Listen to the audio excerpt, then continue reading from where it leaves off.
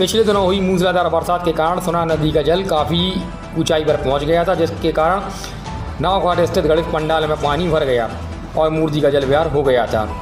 अब सोनार नदी का जलस्तर कम हो गया है, जिसके कारण बिहारी जी सेवा सरकार समिति के द्वारा पुनः गणेश पंडाल तैयार कर लिया गया है।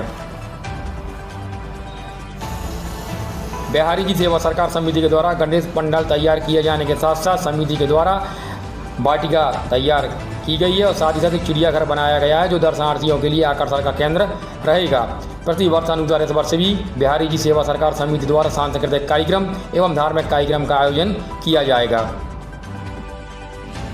बिहारी जी सेवा सरकार समिति के प्रमुख बबलू राय से हमने बात की, क्या कुछ कहा उन्होंने, आइए आपको सुनाते हैं।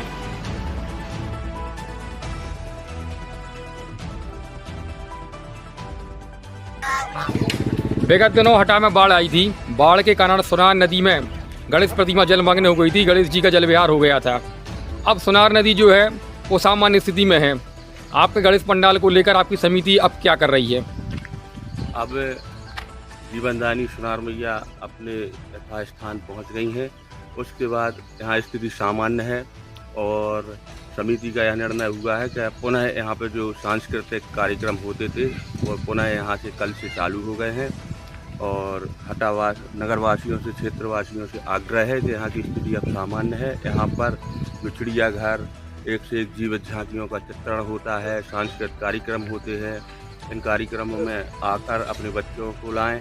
छोटे छोटे बच्चों के हिसाब से भी यहाँ पर अपन ने जीव जंतु, पशु पक्षी रखे हुए हैं, उनका अवलोकन करवाएं और गणेश बप्पा के दर्शन करें। 17 तारीख को विशाल भंडारे का आयोजन है नावघाट में। उस नाव का भंडारे में सपरिवार, इष्ट मित्रों सहित और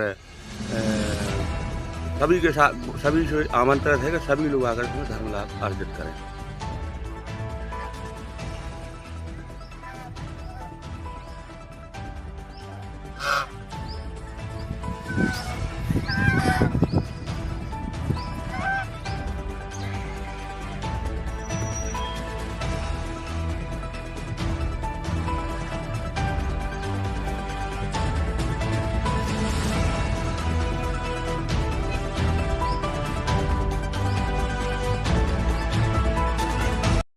Subscribe now and press the bell icon.